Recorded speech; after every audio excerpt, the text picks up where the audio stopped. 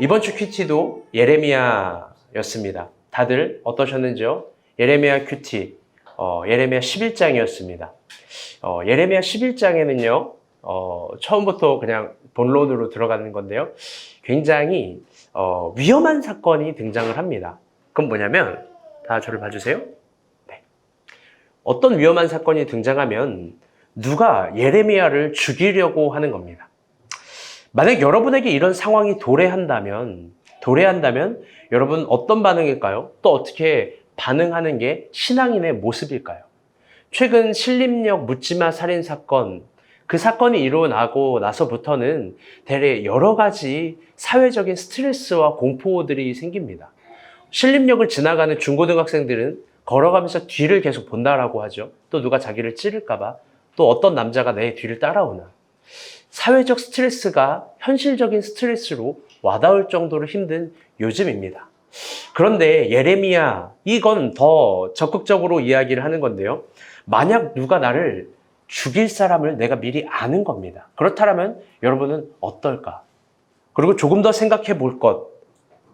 나를 죽일 사람, 나를 죽이려고 음해하고 꾀내는 사람을 하나님이 미리 알려주신다면 여러분의 다음 행동은 어떨까요? 그리고 또 어떻게 행동하는 것이 신앙을 가진 사람의 이야기일까요? 우리 18절 말씀 한번 읽도록 합시다. 오늘 본문은 이렇게 시작합니다. 시작. 여호와께서 내게 알게 하셨으므로 내가 그것을 아노나이다.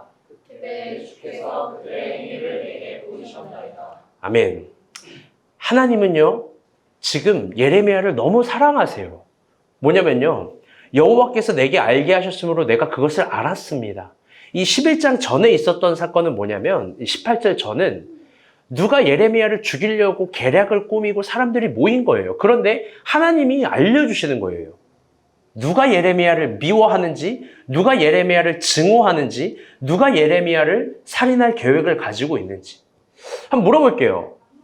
만약 하나님이 여러분에게 그걸 알려주신다면 여러분 어떨까요?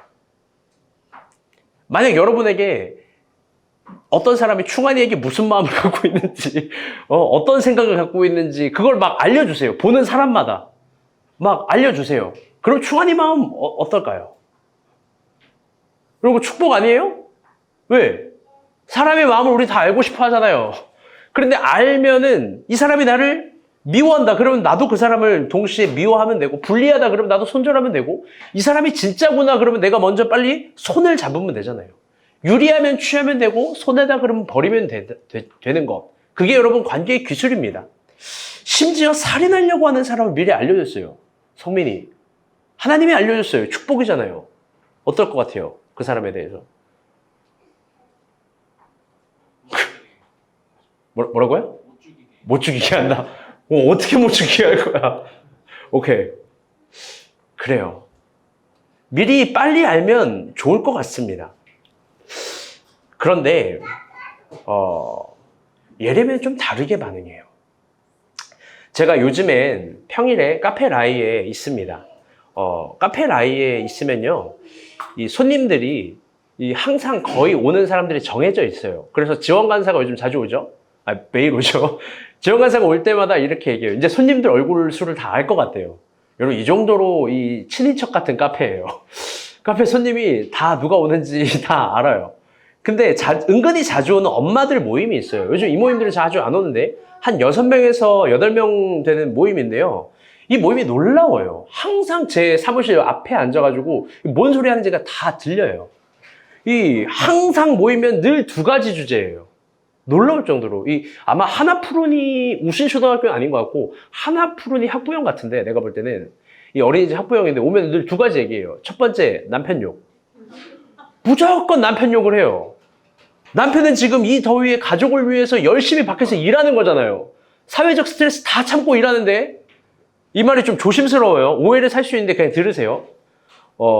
넘기면서. 뭐냐면요, 항상 남편 욕 두 가지 얘기해요.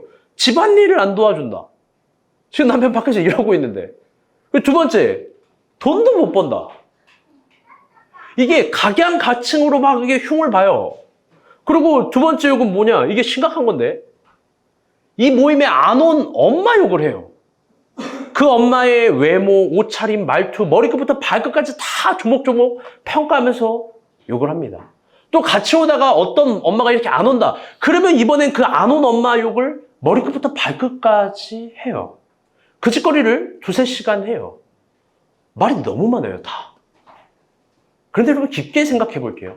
만약 그 아주머니의 남편이 그 아내의 마음을 미리 안다면, 또 자기 자리가 빠졌는데 그 빠진 자리가 자기를 그렇게 머리끝부터 발끝까지 욕하는 모임이라는 걸 빠진 사람이 미리 안다면 여러분 어떻게 될까요?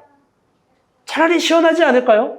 어떤 의미에서는 아까 이야기했지만 미리 마음의 스트레스와 에너지와 이 동력을 안 써도 되고 절제해버리면 되니까, 잘라버리면 되는 거니까. 근데 여러분 이쯤에서 우려가 돼서 하는 말인데, 이 세상 사람들의 모임을 다 부정할 필요는 없어요. 그런데요, 특별히 이렇게 누군가를 욕하고 흉보고 뭐 이런 모임들이 있어요. 이런 모임에는요, 여러분 가급적 나가지 마세요. 그리고 나간다고 해도, 어쩔 수 없이 나간다고 해도 절대 침묵을 할지언정 동조하지 마세요. 왜? 그 습관이 돼요. 사람이요, 좋은 거 보는 사람은 좋은 것만 이야기해요. 나쁜 걸 관찰하는 사람은 나쁜 습관으로 그렇게 얘기를 해요. 그러면 어느 순간 그 사람은 그 사람이 말한 대로 되는 거예요. 더 나아가 우리가 본 교회 안에서 사적으로 모이는데 충분히 모일 수 있죠. 뭐 밥을 먹을 수도 있고 커피를 마실 수도 있고 뭐 성경 끝말잇기도 할 수 있고 뭐 다 할 수 있어요. 모이는데 대화의 주제가 누군가를 흉보고 없는 말을 지어내고 머리끝부터 발끝까지 이상한 말을 한다. 그거 분명히 저한테 들리거든요. 없는 말을 지어내서 하고 욕을 할 땐 각오를 하는 거예요. 여러분, 교회에서는 절대 그러는 거 아니에요. 그럴 수도 없고. 여러분, 교회에 분란을 만들어내는 게 내가 아닌지 한번 돌이켜봐야 돼요. 나의 언어. 어쨌든 다시 본문으로 돌아오면요, 누군가가 예레미야를 죽이려고 하는데, 하나님이 예레미야에게 그 사실을 알려줬는데, 예레미야의 마음은 시원하거나 쿨하거나 확실히 내가 상처받지 않으려고 빠르게 단절하거나 그런 게 아니라 물같이 다 녹아버려요. 그 마음이 어떤 거냐? 그 다음 구절 19절이에요. 이게 참 의미가 깊은 말이에요. 19절 다 같이 읽어보겠습니다. 시작. 나는 끌려서 구살당하러 가는 시간 어린 양과 같으므로 그들이 나를 피하려고 빼앗기를 우리가 그 나무와 열매를 함께 박멸하자. 그를 살아있는 자의 땅에서 끊어서 그의 이름을 다시 기억되지 못하게 하자 함을 내가 알지 못하였나이다. 아멘. 여러분, 이 빨간색 글씨, 나는 끌려다가서 도살당하러 가는 순한 어린 양과 같다. 여러분, 이거 어디서 많이 본 거 아니에요? 예수님이요, 겟세마네에서 십자가를 지시기 전에 심정이에요. 내 마음이 지금 어떠냐?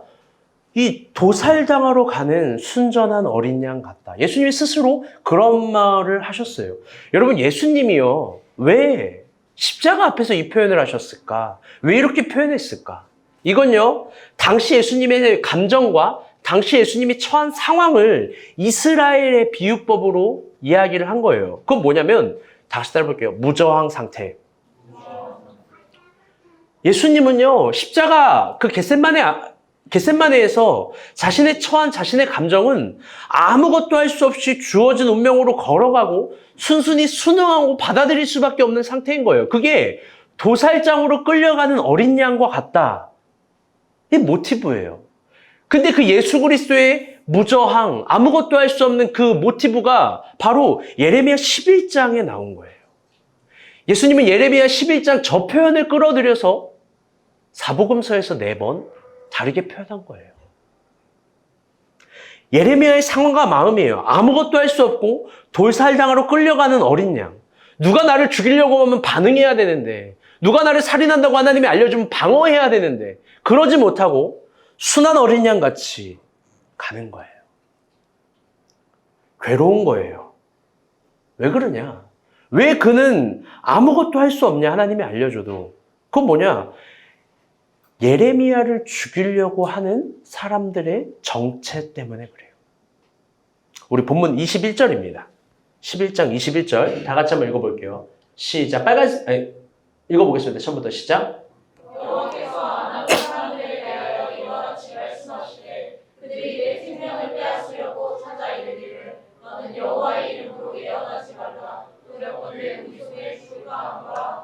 아멘. 예레미야를 죽이려고 하는 사람은요, 하나님이 알려주신 사람은 아나돗 사람이래요. 여러분, 그들이 누구기에 예레미야의 마음이 이렇게 물같이 되었을까? 한없는 실망과 무저항 상태로 깊게 빠져들어가는 걸까? 도살을 하러 끌려가는 어린 양같이 된 걸까? 충격적이게도요, 그건 예레미야 고향 사람들이에요. 예레미야 1장 1절 2절 봅시다. 예레미야 1장 1절 2절입니다. 시작. 베냐민 땅 아나돗의 제사장들 중 히기야의 아들 예레미야의 말이라. 아모의 아들 유다 왕 요시야가 다스린 지 13년에 여호와의 말씀이 예레미야에게 임하였고. 아멘. 예레미야를 죽이려고 계획했던 사람은 아나돗 사람들인데요. 이 아나돗은요, 적이 아닙니다. 강도가 아니에요. 원망의 대상이 아니에요. 예레미야의 고향의 출신이고 아나돗이라는 지역은 정말 작은 지역이에요. 그 작은 지역에 선지자, 제사장 계열의 사람들이에요. 여러분은 이런 감정을 경험해 본 적이 있습니까? 여러분은 이런 상황을 경험해 본 적이 있습니까? 내가 믿었던 사람의 배신입니다. 내가 가장 사랑했던 사람의 배신입니다. 그건요, 저항을 하기 전에 마음이 물같이 녹아버리는 거예요. 여러분, 우린 다 교회를 다닙니다. 평생 교회를 다녔습니다. 그런데 옛날에 크리스천 투데이에서 설문조사를 했어요. 교회 안에서 가장 많이 하는 말이 뭔지 알아요, 여러분? 우리 평생 교회를 다녔는데 가장 많이 하는 말, 가장 많이 듣는 말. 그게 당신은 사랑받기 위해 태어난 사람, 너를 사랑해 축복해, 너는 사랑받기 위해 태어났단다. 뭐 이런 게 아니라 이 말이래요. 다시 따라볼게요. 나 상처받았어. 이게 교회 안에서 가장 많이 쓰는 말, 가장 많이 하는 말이래요. 만약 내가 상처를 받지 않고 있다면 내가 누군가 상처를 주고 있는 건 아닌가. 잘 돌이켜봐야 돼요. 농담이지만 교회 안에서요, 상처받았다라는 말을 가장 많이 쓴대요. 왜 그러냐? 이런 거겠죠. 믿었던 사람이 혹은 믿는 사람이 뒤에서 나를 씹는 거예요. 욕하는 거예요. 없는 말을 지어내는 거예요. 여러분, 그게 폭력이에요. 없는 말 지어내는 거. 없는 말로 그 사람을 막 규정해버리는 거. 그걸 내가 내 귀로 들었을 때 그 감정은 쓰레기가 되는 거예요. 여러분, 이런 감정은요, 견딜 수가 없는 감정이에요. 사랑하는 사람의 배신, 믿었던 사람의 배신. 주영자매 잘 봐요. 가장 옆에 딱 붙어있는, 팔까지 붙어있는 저 전윤이가 어느 날 김주영을 만난대요. 막 뒤에서. 그리고 편지를 다르게 쓴 거예요. 박주영에게 김주영 쓰고 김주영에게 박주영 쓰고. 미안해, 예화야, 때리지 마. 여러분, 상상이나 할 수 있겠어요? 그 상상도 못 하는 거예요. 있을 수도 없는 일이에요. 이건요, 이런 건 외로움을 넘어서 버림받음이고 괴로움을 넘어서 비참함이에요. 감히 문학적으로 표현하면 매일 아침이 시퍼런 녹이 쓰는 기분이에요. 이건 경험하지 못하면 절대로 모릅니다. 그런데 예레미야가 더 비참하고 참담한 건요, 이게 이번 한 번뿐이 아니에요. 그는 진짜 불쌍한 사람이에요. 우리 예레미야 15장 10절 한번 봅시다. 시작. 내게 재앙이로다. 나의 어머니여, 어머니께서 나를 온 세계에 다투는 자와 싸우는 자를 만날 자로 낳으셨도다. 내가 구워주지도 아니하였고 사람이 내게 보이지도 아니하였거든 다 나를 저주하는도다. 15장의 배경은요, 예레미야가 하나님 말씀 하나 부여잡고 막 갑니다. 사역을 합니다. 외칩니다. 선포합니다. 하나님이 시킨 거 하는 거잖아요. 그런데요, 내가 재앙이로다. 나의 어머니요. 지금 내 상태는 온 세상 사람들이 나를 싸우는 자로, 나랑 다투는 자로 당신이 만드신 나는 불쌍한 아들이다.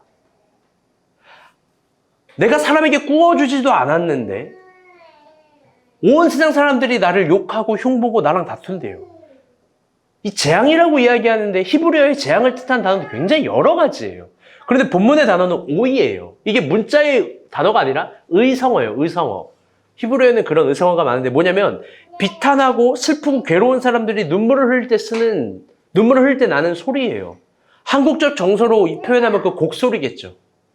지금 나는 곡소리 같다라는 거예요. 왜? 하나님이 주신 여정으로 걸어갔는데, 이야기했는데 온 사회 사람들, 온 세상 사람들이 나랑 다투는 사람처럼 이야기하는 거예요. 난 잘못한 게 없는데. 난 누구에게 돈을 빌린 적도 없고 꾸인 적도 없고 속이지도 않았고 사랑만 베풀었는데 저주 받습니다. 오해 받습니다. 근데 여기서 끝이 아니에요. 20장에 또 무슨 일이 있냐면요. 20장 10절은 더 슬픕니다.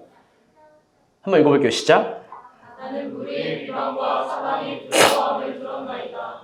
그들이 이르기를 고소하라 우리도 고소하리라 하오며 내 친한 것도 다 내가 실족하기를 기다리며 끝없이 유혹을 받게 되면 우리가 그를 이겨 우리 원수를 갚자 하나이다. 아멘. 이번에는요. 가장 친한 친구들이 자기를 어떻게 버렸는지를 이야기하는 거예요.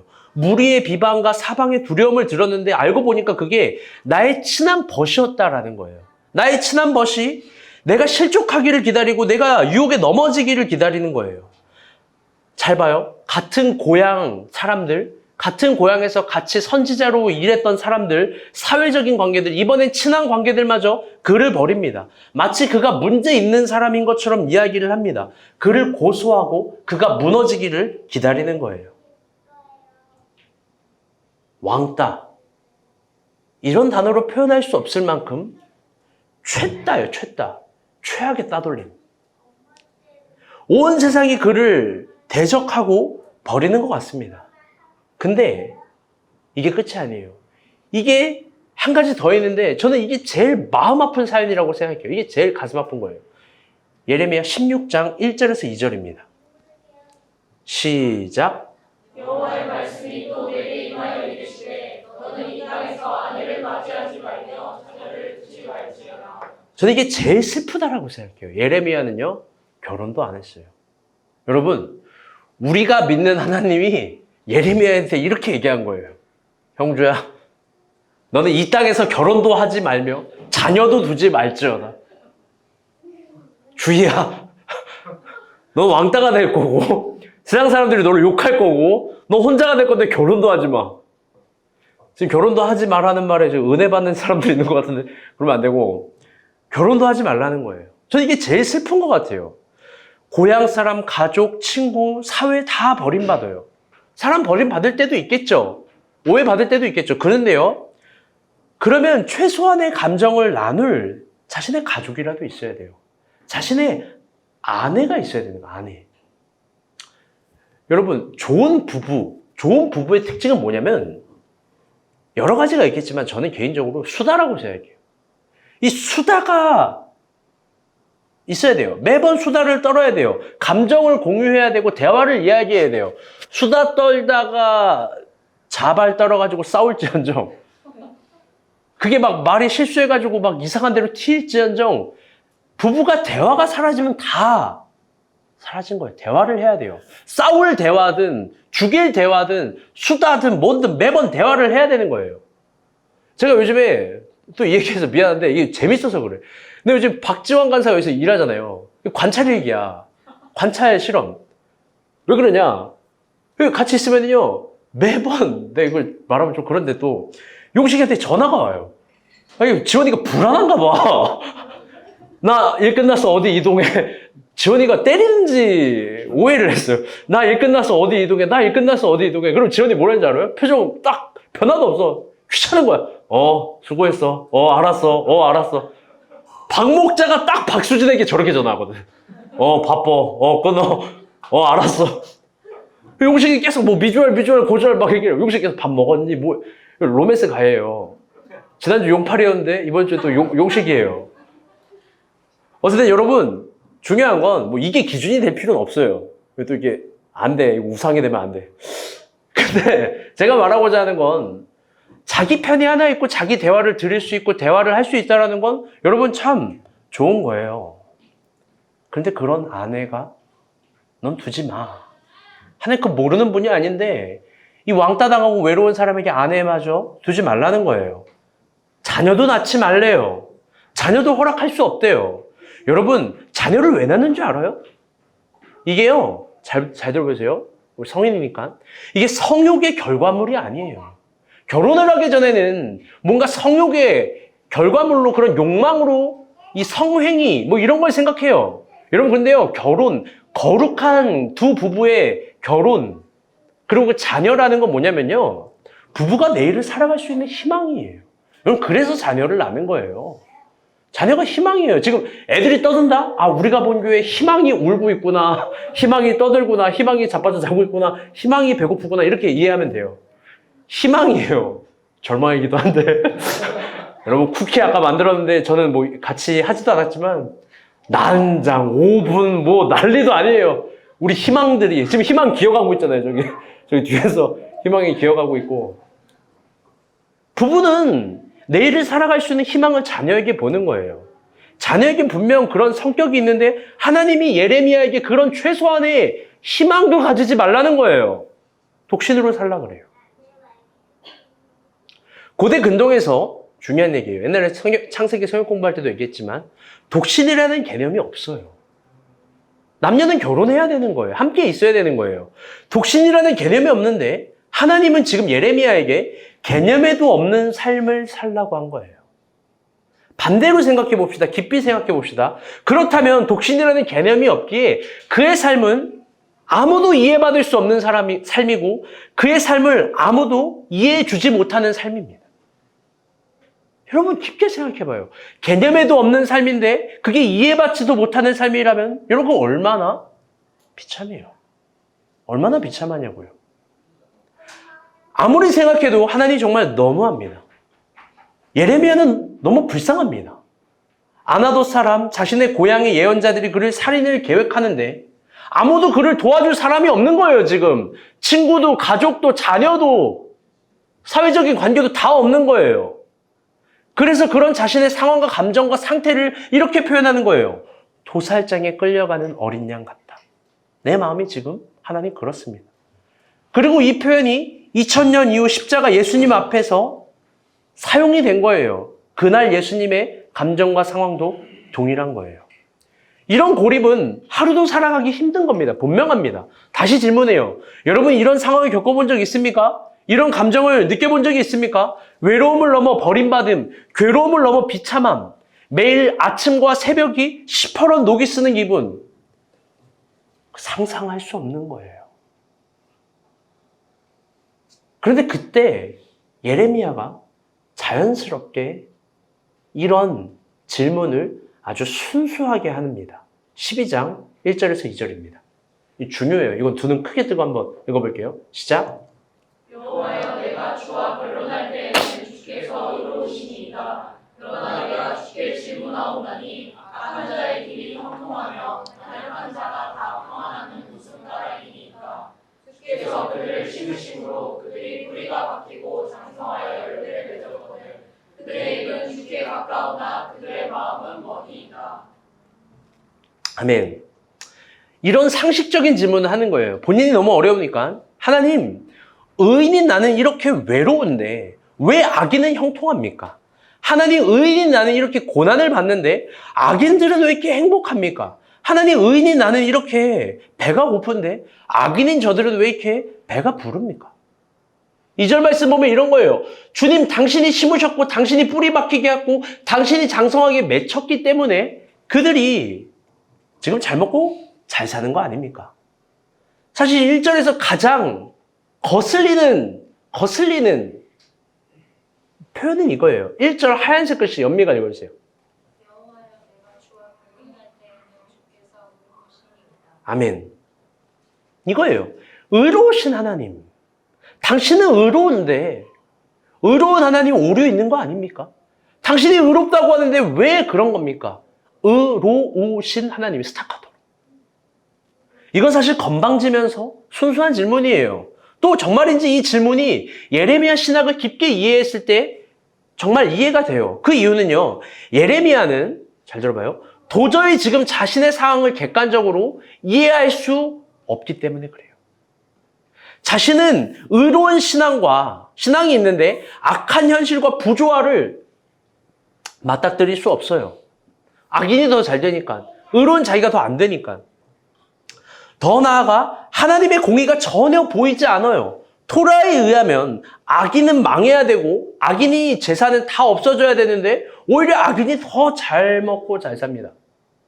여러분 지금 뭐 다 인스타 켜서 뭐 현재 예수 안 믿는 사람들이 뭐 하고 있는지 봐봐요. 예수 믿는 여러분 뭐 하고 있는지 봐봐요. 우리는 이 닭장 같은 속에서, 네, 죄송합니다. 닭장이 아니죠. 이 거룩한 예배당에서 우리는 다 앉아서 땀 삐질삐질 흘리면서 말씀 듣고 예배 듣고 있는데, 예수 안 믿는 사람은 찰칵, 45도 찰칵, 맛있는 거 오빠랑 찰칵, 좋은 것 찰칵 뭐 이런 걸 하고 있는 거예요. 그렇기 때문에 의인이 자신이 시들어가고 침몰되고 채색을 잃은 꽃처럼 쇠잔해 가는 거예요. 예레미야가 이렇게 순수하게 질문하되 건방지게 질문했고, 예레미야가 이렇게 건방지게 질문하되 순수하게 물어본 거예요. 이해를 할 수 없으니까. 그런데 한번 질문해 볼게요. 이 질문이 중요한 질문이에요. 여러분이 하나님이라면 여러분 예레미야의 이 질문에 뭐라고 대답할 거예요? 이 순수하고 건방지기도 한 물음에 예레미야에게 어떤 적절한 답을 줘야 할까요? 여러분 사실 이건 정답을 주기보다 위로를 해줘야 되는 거 아닙니까? 하나님이라면, 사랑의 하나님이라면 예레미야 너 정말 힘들구나. 예레미야 너 진짜 지쳤구나. 너 매우 어렵지. 그러면서 막 라면도 끓여주고 뭐 냉면도 주고 삼계탕도 주고 막, 여러분 사랑의 하나님이라면 질문에 대해 답을 해주는 것보다 막 안아줘야 되고 위로해줘야 되고, 여러분 그런 거 아니에요? 그런데요, 하나님의 대답을 들어봅시다. 호락호락하지가 않습니다. 5절입니다. 시작. 만일 내가 우리가 함께 달려도 피곤하면 어찌 미리 말과 경주하겠느냐. 내가 평안한 땅에서는 무사하려니와 이런 물이 넘칠 때에는 어찌하겠느냐. 아멘. 하나님이요 오히려 화를 내요. 예레미야 네가 뭘 알아? 네가 뭘 안다고 그런 질문을 해? 야, 너 고작 이 정도로 힘들다고? 지금 네가 대하는 악인의 수준은 평행자의 보행자 수준이야. 지금 너가 맞닥뜨리는 악인의 형통함은 그냥 평안한 땅이야. 이 정도로 힘들면 너 경주하는 말이랑 어떻게 달릴래? 이 정도로 무너지면 너 요단 강물이 넘칠 때 어떻게 할래? 야, 이거 힘들어할 거 아니야. 왜 이 정도로 무너져? 예레미야 왜 이 정도로 지치는 거니? 하나님이 다그쳐요. 무시무시한 화를 내요. 예레미야의 이해할 수 없는 현실에 대해서 친절한 안내 방송이 없어요. 필요한 대답을 해주지 않으세요. 그리고 진짜 이해할 수 없는 말을 하나님이 일방적으로 하시는데 그 6절이에요. 6절 봅시다. 다시 한번 읽어볼게요. 시작. 내 형제와 아버지의 집이라도 너를 속이며 내 뒤에서 크게 외치나니 그들이 내게 좋은 말을 할지라도 너는 믿지 말지니라. 아멘. 하나님이요 예레미야를 다그치고 혼내면서 정말 이해할 수 없는 말을 합니다. 잘 보세요. 아나돗 고향의 형제들, 가족들, 친구들, 이 세상 모든 사람들의 말, 그거 믿지 마. 이게 여호와의 말이에요. 이게 상당히 이상한 게 있는데요. 이게 뭐냐면요, 그들의 형통함 때문에 질문했고 자신의 초라함 때문에 질문했는데 하나님의 대답이 그들이 속이는 말, 좋은 말, 외치는 말 다 믿지 말래요. 여러분 파란색 글씨 은혜가 되거든요. 이거 읽어볼게요. 시작. 속이며 크게 외치나니 좋은 말을 너는 믿지 말지니라. 이게 히브리어로는 다 다바르가 붙어요. 속이는 말, 외치는 말, 좋은 말, 속삭이는 말. 그런 말을 그들이 하는 모든 말, 네가 알아들을 수 있는 말, 그거 믿지 말라는 거예요. 더 나아가 시간 관계상 본문을 깊게 다루지 못하는데 그 말을 믿음으로 말미암아 내 안에 생기는, 그 말 때문에 내 안에 생기는 질문, 의문, 여러분 그 말도 다 믿지 말라는 거예요. 여러분 이게 하나님의 말이에요. 아무 말도 믿지 말라는 거예요. 여러분 그렇게 도대체 예레미야를 어떻게 해야 되는 거예요? 그들의 말도 믿지 말고 내 안에 질문과 의문도 믿지 말라면 여러분 도대체요 뭘 어떻게 해야 되는 거예요? 여러분들요, 이런 야훼의 반문에는요 다른 확증법이 숨어 있는 거예요. 그건 뭐냐? 아무도 믿지 마를 믿어예요. 내가 지금 너에게 이야기한 그들의 아무도 믿지 말라는 그 말, 이 말만 믿어 라는 말은 뭐냐면 지금 자신에게 이해하고 있는 여호와 하나님의 말만 믿으라는 거예요. 하나님은요, 잘 들어보세요. 중요합니다. 이해할 수 없는 현실에 대한 신앙의 질문을 하나님이 주는 말만 믿음이라고 답하는 거예요. 하나님은 예레미야가 느낀 부조리함과 이해할 수 없는 것들과 신앙과 현실의 모든 부조화에 대해서 그의 지침과 살인의 위협과 모든 의문에 대해서 이렇게 얘기하는 거예요. 하나님만 믿는 믿음. 다시 따라볼게요. 하나님만 믿는 믿음. 이게요, 모든 의문에 대한 하나님의 대답이에요. 더 나아가 힘들어하는 예레미야를 질책하고 책망하는 하나님의 대답이에요.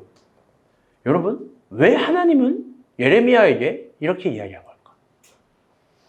하나님을 정말 못 믿어서? 그런데 이걸 생각하기 전에 이 지점도 생각해야 되는 거예요. 어쩌면 악인의 형통함, 죄인의 장성함 앞에서 예레미야가 흔들렸던 건지도 몰라요. 하나님에 대한 믿음이 여기 중요한 거예요. 악인의 형통함, 죄인의 장성함, 세상 사람들의 어마어마한 거대함을 보면서 우리가 하나님 믿는 믿음이 흔들릴 수도 있는 거예요. 쉽게 정리하면 하나 이렇게 얘기하는 거예요. 야, 얘들아, 믿으려면 똑바로 믿는 거야. 끝까지 믿는 거야. 제가요? 저희 가족이요? 저희 가족? 제 아내와 제가요? 쉬는 날이 월요일이잖아요? 월요일이면 매번 그것도 정기적으로 쉬는 게 아니지만, 미소랑 타임스퀘어에 가서 밥을 먹어요. 타임스퀘어를 가는 이유는 제일 가깝고, 주차하기 편해서. 거기서 밥을 먹는데, 100번을 가면 100번 다 미소는 이 메뉴가 똑같아요. 어디 식당을 가냐? 빠방 식당에 가요. 이 빠방 식당이, 나도 왜 빠방 식당인지 모르겠는데, 거기 서가인국이에요. 거기를 맨날 가요. 이제 헤란 사모랑 저는요, 질려요. 하도 가서, 거기 저번에 정말 한번 지나가는데 토가 나올 것 같은 거야. 진짜예요. 더 이상 먹을 메뉴가 없고, 근데 미소는 항상 똑같은 메뉴를 똑같이 시켜요. 100번을 가도 너무 행복하게 먹어요. 너무 맛있어. 막 먹는데 미소 앞에서 우리 연기해요. 맛있다. 나 이제 진짜 그만 먹고 싶어. 더 이상 먹을 메뉴가 없어. 헤라가요, 얼마나 연기자예요. 막 맨날 파스타, 게살, 오이스터를 먹는데 맛있어. 너무 맛있어. 근데 막 울고 있어. 진짜 헛구역질 한번 났어요. 맨날 거기만 가니까. 타임스퀘어 식당이 100개인데. 저번에 연미, 성민이랑 한번 우리 마마된장 갔잖아요? 그 기적이에요. 그날 저녁 우리 난리가 났어요. 왜 빠방 식당 안 갔냐고. 자기 빠방 식당에 가고 싶었는데. 아무튼 그래요. 근데 중요한 얘기는 그거 얘기하는 게 아니에요. 그게 미소예요. 제 딸은요, 같은 걸 계속할 때 안정감을 느껴요. 100번 똑같은 메뉴를 먹어요. 루틴이 그래요. 아름이 굉장히 공감한다는 듯이. 밥을 먹으면 항상 또 100번 가는 곳이 있어요. 그 어린이 오락실이에요. 성인 오락실 말고 어린이 오락실이 있는데 거기서 루틴이 똑같아요. 말을 한 번 타고, 기차를 한 번 타고, 자동차를 돈 안 내고 타고, 볼링을 2번 쳐요. 이렇게 해야 우린 집에 갈 수 있어요. 이렇게 다 하면 미소는 오늘 신난다 이래요. 오늘 행복하다 이래요. 이 4가지를 매번 똑같이 해요. 여러분, 근데요, 오락실에는요, 어린아이들이 꽤 많잖아요. 어린아이들이 꽤 있어서 손소대로 놀기가 힘들어요. 그래도 꾹 참고 하는데 어느 날은 하음이보다 한 2살 정도 많은, 한 6살 정도 되는 남자아이들 2명 정도가 있었어요. 이제 그 아이들이 이 볼링을 칠 차례인데 볼링 기계 옆에 농구 기계가 있는데 미소는 농구를 잘 안 해요. 근데 농구 기계를 너무 6살이 거칠게 하는 거예요. 막 백보드에 던지고 막 뻥뻥 소리가 나는 거예요. 농구들을 그렇게 막 옆에서 하니까 미소가 그걸 보더니 놀란 거예요.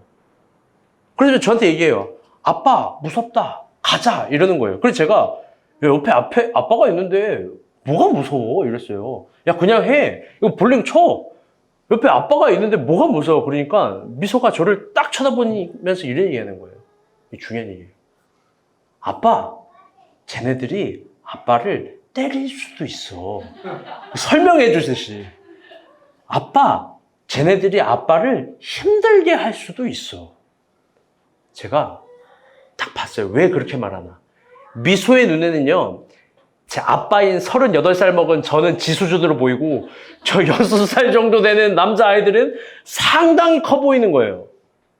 그래서 저를 걱정해 주는 거예요. 6살 되는 아이는 이만해 보이고 진짜 이만하고 배 나온 저는 지만해 보이는 거예요. 제가 그날 저녁에 집에서 기도하면서 펑펑 울었어요. 진짜예요. 펑펑 울었어요. 이게 뭐 감동받아서 아이가 날 지켜줬구나 이게 아니에요. 회개의 울음이에요. 개척을 하고 이제 힘들지 않아요. 어떤 것도 잘. 이해할 수 없는 현실들이 근데 있었던 적이 있었어요. 해석할 수 없는 현실의 고난의 문제가 왜 없겠어요? 웃어서 티가 안 나는 거지. 그런 이해될 수 없고 해석될 수도 없는 현실의 문제들이 있는데 저도 하나님을 딱 저 정도 크기로 본 거예요. 하나님을 구체적으로 본 것이 아니라 나보다 겨우 몇 센치 정도 큰 문제들만 구체적으로 본 거예요. 왜? 그 문제들은 읽어내기 쉽고 파악하기 쉽고 내 상식과 경험과 이성으로 해석해내기 쉬우니까요. 문제를 진짜 큰 게 본 거예요. 문제는 잡히니까 보이니까 알 수 있으니까. 그리고 그 문제를 보면서 내 안에 올라오는 질문과 의문만 크게 본 거예요. 왜? 그건 내가 내 감정이니까 헤아릴 수 있으니까 생각해낼 수 있으니까.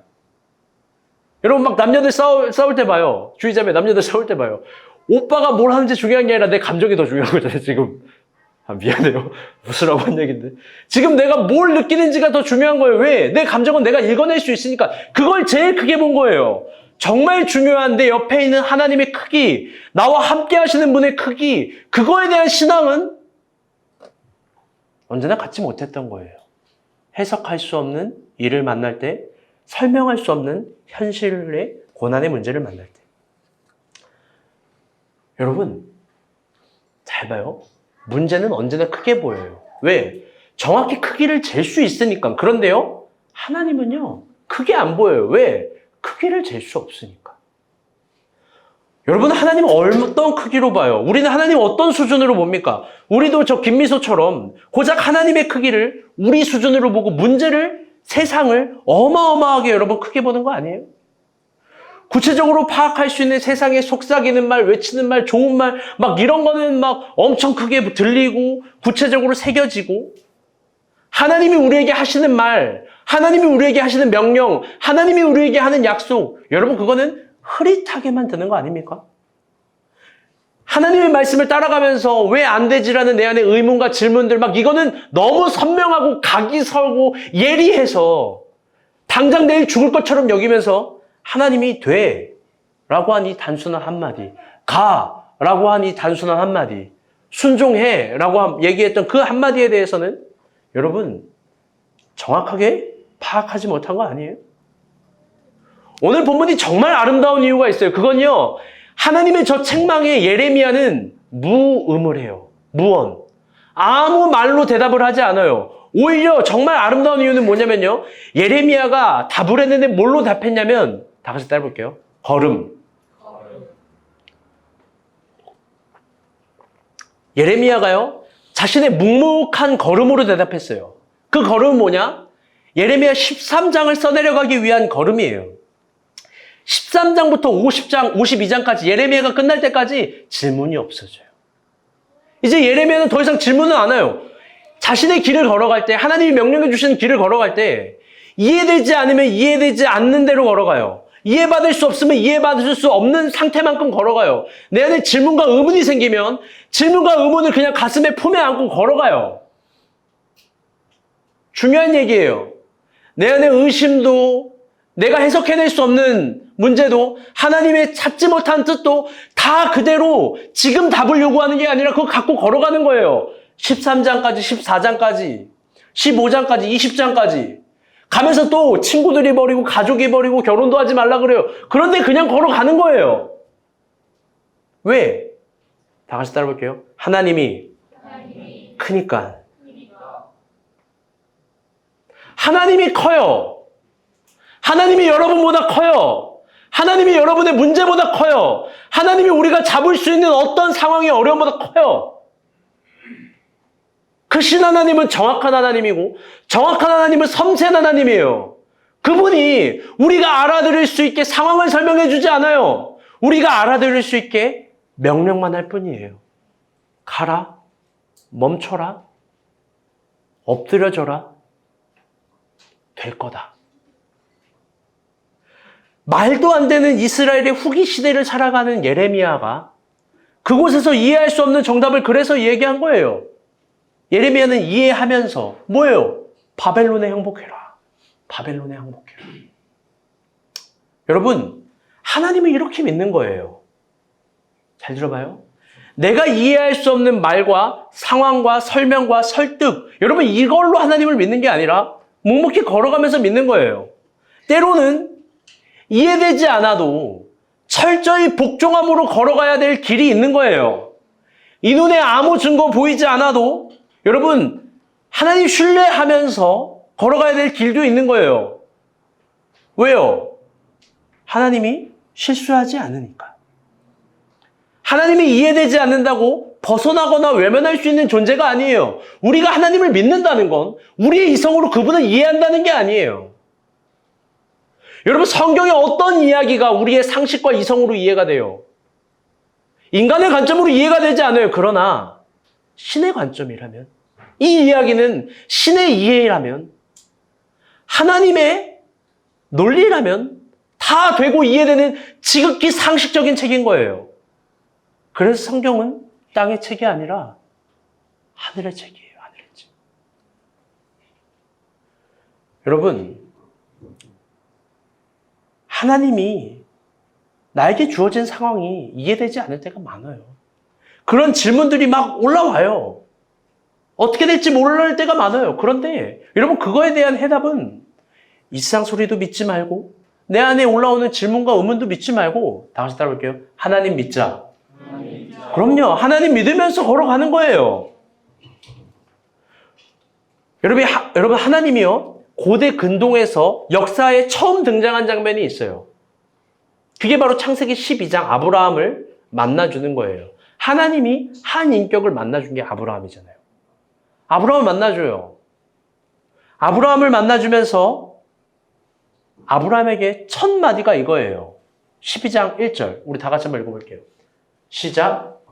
여호와께서 아브라함에게 이르시되 너는 너의 고향과 친척과 아버지의 집을 떠나 내가 너에게 보여줄 땅으로 가라. 아멘.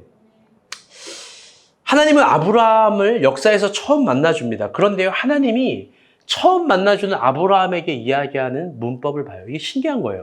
하나님이 아브라함에게 내가 너에게 지시하는 땅으로 가라 그랬어요. 그런데 그게요, 가나안이 아니에요. 물론 아브라함은 가나안을 갔지만, 잘 들어봐요. 이게 중요한 믿음의 문법이에요. 가나안에 갔지만 하나님이 너 가나안 가, 그거 말한 거 아니에요. 하나님은요, 단지 하나님은 아브라함이 하나님이 지시하는 걸 순종하길 바랬던 거예요. 순종하다 보니 가나안에 정착했겠죠. 깊게 생각해 봅시다. 여러분, 아브라함이라고 왜 의문과 질문이 없겠습니까? 여러분, 아브라함이라고 왜 그 세상 사람들의 다양한 소리와 다양한 정보들을 못 들었겠습니까? 여러분, 아브라함이라고 그 하나님의 모든 길을 이해하고 걸었겠습니까?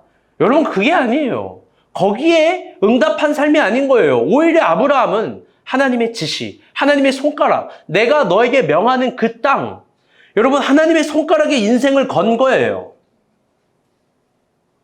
하나님의 지시에 인생을 건 거예요. 그게 믿음의 세계로 초대하는 하나님의 문법이에요. 여러분, 하나님 우리에게 말씀하세요. 하나님 우리에게 말씀하세요. 하나님 우리에게 요구하세요. 그러면 그대로 가는 거예요. 그래서 모든 사람들이 이해할 수 없지만 아들까지 드리는 거예요. 그런데 그게 믿음의 조상이 된 거예요. 인생의 3회를 살아가고 있는 여러분, 제가 이런 말을 해주고 싶습니다. 우리가 인생을 어떻게 다 이해할 수 있을까요? 여러분, 인생에게 주어진 길흉화복을 어떻게 다 파악할 수 있을까요? 지난주 제가 세옹지마 이야기했잖아요. 우리는 뭐가 환지, 뭐가 복인지 몰라요. 우리는 길흉화복이 뭔지 몰라요. 우리는 무엇이 선이고 무엇이 악인지 몰라요. 우리가 그거를 알고 판단하고 규정하는 분은 하나님이에요. 우리가 알 수 있는 건 뭐냐? 우리의 역할, 우리의 목은 그냥 지시한 대로 걷는 거예요. 다 같이 따라볼게요. 지시한 대로 걷는 거. 여러분, 믿음으로 산다는 건 이런 거예요. 계산하고 파악하고 염두에 두어서 안 가는 게 아니라 걸으면서 믿는 거예요. 걸으면서. 걸으면서, 가면서, 쭉 가면서. 밤새 그물질 하면서. 여기까지 따라오라고 하면 따라가면서. 지금 하나님이 여러분에게 허락하신 삶이 있을 거예요. 부정하지 마세요. 걸어가요. 지금 하나님이 여러분에게 허락하신 관계들이 있을 거예요. 그 관계를 부정하지 마세요. 소중하게 생각하세요. 때로는 이 부부들에게 해당하는 말이에요. 잘 들으세요. 내 아내가, 내 남편이 참 이해가 안 되고 때로는 이런 생각 감히 할 수 있어요. 내가 진짜 아깝다. 내가 이 사람이랑 결혼 안 했으면 딴 사람 만났을 텐데. 진짜 교만한 생각이에요. 나에게 허락된 관계를 소중하게 생각하고 내 아내가 제일 소중한 사람이고 내 남편이 제일 소중한 분이에요. 아멘? 소중한 사람이에요. 내 자녀가 제일 소중해요. 내 부모가 제일 소중해요. 여러분, 하나님이 우리에게 허락하신 직장이 있습니다. 이직도 꿈꿀 수 있겠지만 지금 나에게 맡겨진 책상, 자리, 여러분 소중하게 생각하세요. 여러분 그 끝까지 걸어가는 거예요. 물론 정주 이 말에 시험 들지 말고 그 야근을 그렇게까지 하면 좀 직장을 고민 좀 해보긴 해야 돼요. 여기는 또 전선생님이 충성하라 그랬으니까 남들 1시까지 할 때 난 3시까지 할 거야 이러면 안 돼요. 이러지 말고 여러분 그렇게 하는 거예요. 잊지 마세요. 그렇게 걸어갈 때 하나님이 말한 게 이해될 거고 하나님의 뜻대로 하나님의 시간과 하나님의 방법과 하나님께서 예비하신 것들이 조화롭게 만날 순간은 분명히 옵니다.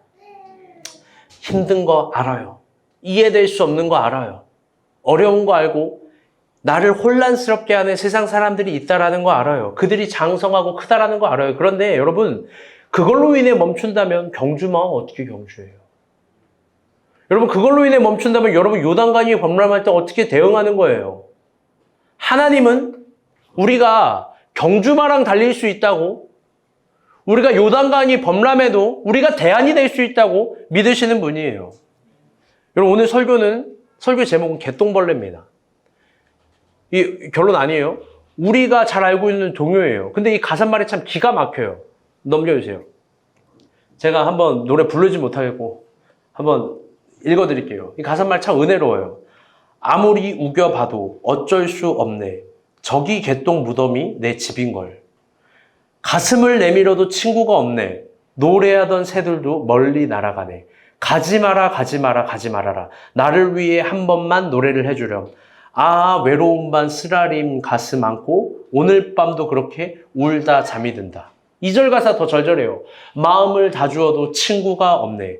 사랑하고 싶지만 모두 떠나가네. 가지 마라 가지 마라 가지 말아라. 나를 위해 한 번만 손을 잡아주렴. 외로운 밤 쓰라림 가슴 안고 오늘 밤도 그렇게 울다 잠이 든다. 여러분 이게 동요가 아니라 거의 엄청난 깊이가 있는 곡인데 이게 동요예요. 막 따당따당 아무리 외로워 친구가 완전 이거 하덕규 시인 아니에요? 가시나무랑 비할 데가 없는 가사말이에요. 저는요 예레미야 1대기를 보면서요 개똥벌레가 생각이 났어요. 가슴을 내밀어도 마음을 내주어도 손을 내주어도 친구가 없는 사람. 노래를 부르면 옆에 있는 새들마저도 멀리 멀리 날아가는 사람. 외로운 밤 쓰라린 가슴 안고 울다 잠이 드는 사람. 여러분 예레미야가 예레미야가 할 수 있는 것이라고는 그의 별명처럼 여러분 눈물의 선지자. 우는 것밖에 없었어요. 울고 외치고 혼자 철저히 외롭게 쓰라린 가슴 안고 잠자는 거죠. 예레미야의 전부예요. 여러분들 이 얘기를 하고 싶었던 거예요. 잘 들어봐주세요. 여러분들 깊게 생각해봐요. 예레미야가 비참합니까? 여러분 개똥벌레는 처량한가요? 여러분 개똥벌레가 뭔지 알아요?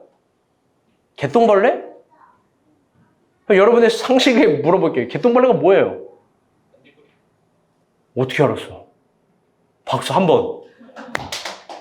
여러분 개똥벌레가 반딧불이에요. 반딧불의 유충이 아니, 반딧불이 유축이 개똥벌레예요. 여러분 사진 하나 볼게요. 실사예요. 여러분 이게 반딧불이에요. 또 넘겨주세요. 이게 담양이래요, 담양. 담양 한번 가보세요. 개똥벌레 출몰지역. 아니, 개똥벌레는 반딧불. 여러분, 반딧불 본 사람 있어요? 본 사람, 아니, 손 한번 들어봐요. 좀 봤네? 어떻게 봤어요? 자매들은 보기 힘들 텐데. 이게 왜 보기 힘드냐? 철저한 오해인데, 편견인데, 이거 군대에서 주로 반딧불이 출몰해가지고, 저는 이제 GOP에 있었거든요? 반딧불이 진짜 저만큼 때가 있어요. 출몰한다고요.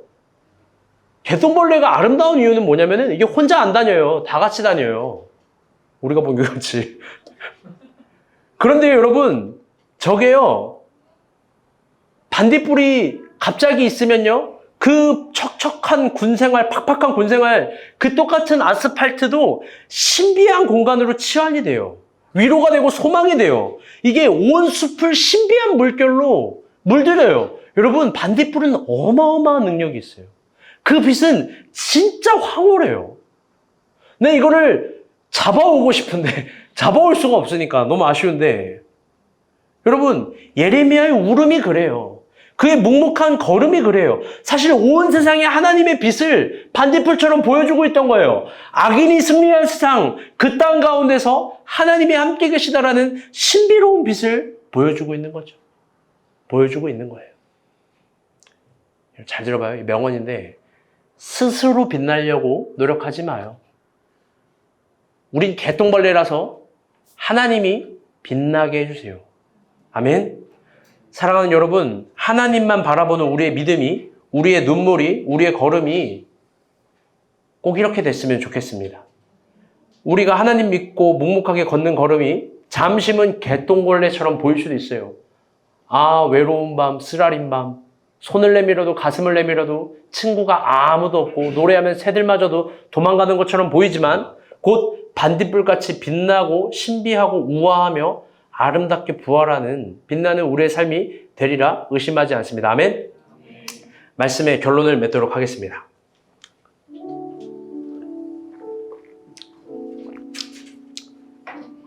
자, 이번 주 맥주감사 주일이잖아요. 이번 주 설교를 준비하는데 유독 이 창립 1주년 때 사진에 눈이 갔어요. 이 창립 1주년 때 사진이에요. 헤라사몬 똑같은데 나는 다르네요. 보니까요, 다 개똥벌레 같은 사람들이에요.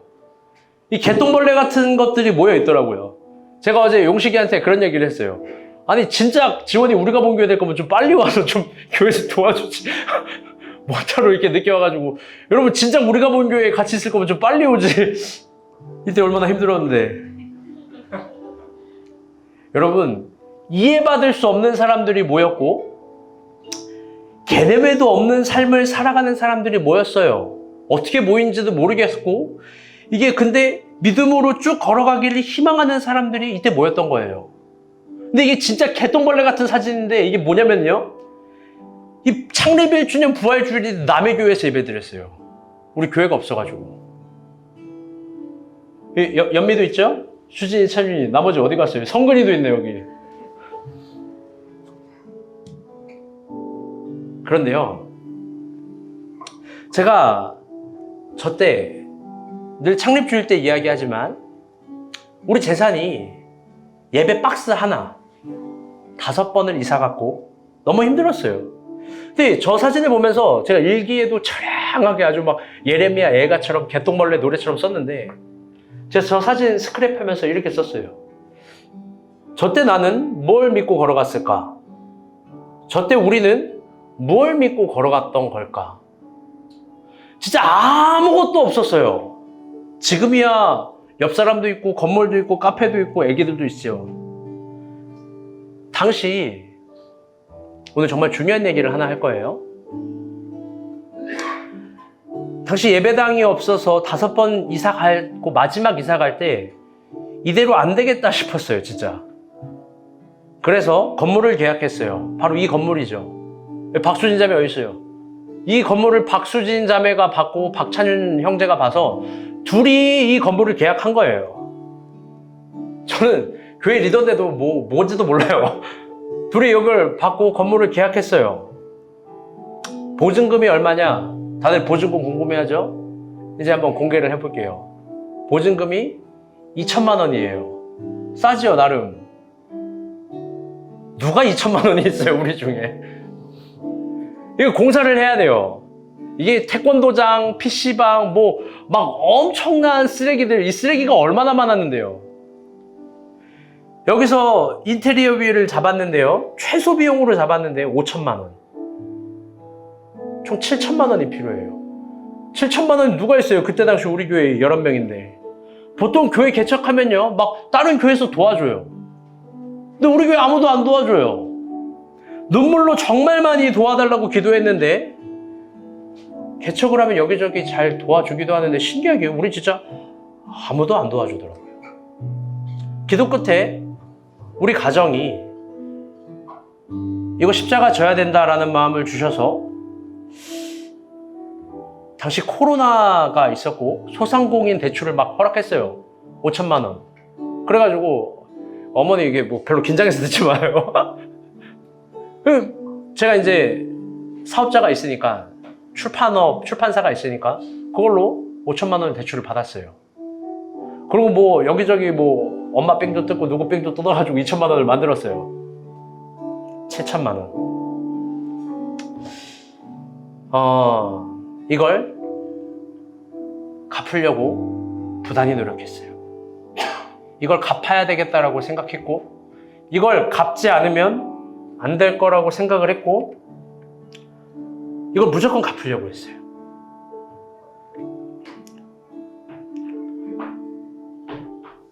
그 후로 겨울마다, 가을마다, 여름마다, 봄마다 수많은 일들을 했어요. 돈 되는 일 다 했어요. 나쁜 일 빼고. 내가 무슨 일 했는지는 말 안 할 거예요. 사람 팔이 하는 것 같아서.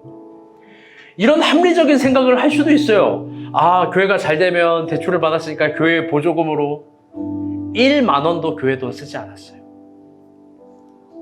손가락이 관절염이 올 만큼 타자를 쳤고, 돌발성 고음 난청, 저는 귀가 안 좋아요. 귀가 난청이 올 만큼 막 스트레스 받으면서 일을 했어요. 근데요, 여러분, 마지막 달 이 돈을 갚아야 되는데, 육체가 너무 힘든 달이 지난달이었는데 이게 너무 걱정을 했어요. 이거 갚아야 되는데 어떻게 해야 되나. 근데 어떤 가정에서 이사를 했고, 이사헌금을 좀 크게 했고, 처음으로 교인의 헌금으로 마지막 대출금과 원금을 좀 내서 다 갚았어요. 잘 들어보세요. 우리가 6월에 공사했는데 7월부터 첫 대출이었는데 오늘이 며칠이에요? 7월 30일, 3년 만에 다 갚았어요. 할렐루야. 오늘은 맥주 감사 주일이에요. 여러분, 많은 사람들이 물어보더라고요. 왜 요즘 전생에 운동하세요? 살에 대한 고민이 전 별로 없는데 왜 운동하세요? 여러분, 이제 저의 사명은 운동이에요. 돈 다 갚았으니까 이제 몸이 많이 상했어요. 그래서 운동하려고 해요. 이제 빚이 없어요. 제가 어떻게 살았는지 여러분에게 인정받고 싶지 않고, 제가 어떤 시간을 보냈는지 여러분에게 별로 얘기하고 싶지 않아요. 단 하나님만 인정해주면 되고, 하나님만 제 손을 잡아주면 돼요. 근데 제가 하나 얘기하고 싶은 거예요. 이 악물고 참았고 우리 이제 빚이 없어요.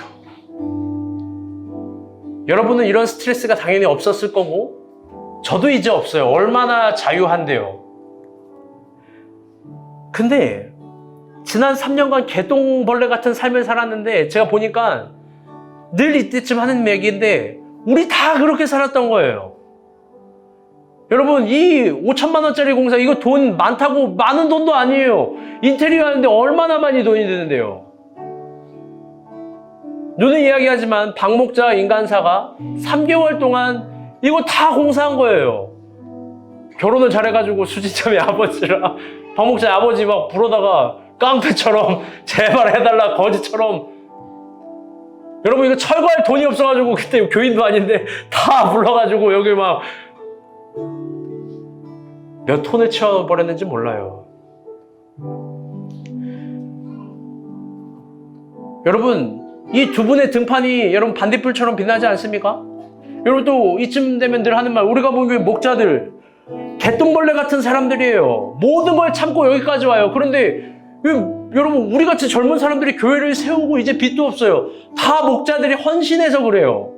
목양을 잘해줘서 그래요. 우리 목자들이.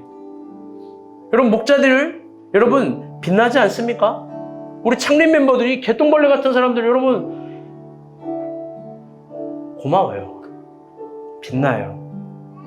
모든 성도들이 그래요. 다 멀리서 오고 사연을 가지고 오고 자기를 절제하고 개똥벌레 같은 모습으로 와요. 고운 모양이 하나도 없는 이 교회에 와요. 여러분 근데 잘 봐요. 서로 봐요. 개똥벌레 같나요? 여러분 빛나지 않습니까? 여러분, 우리가 본 교회 개척하면서 진짜 많이 한국교회 연락이 와요. 개척교회들이. 우리가 빛이 나서 배우고 싶다는 거예요. 알려달래요.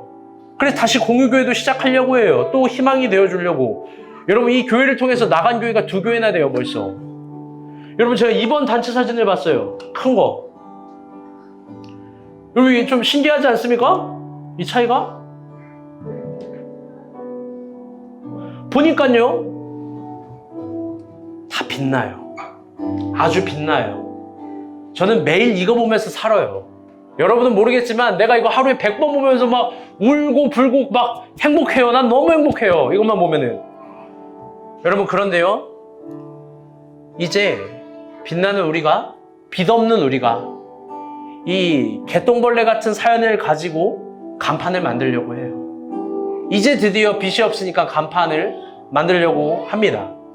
성경의 말씀처럼 우리가 세상의 빛이라서 산 위의 동네가 숨기지 못하는 간판을 만들 거고, 잘 들어보세요.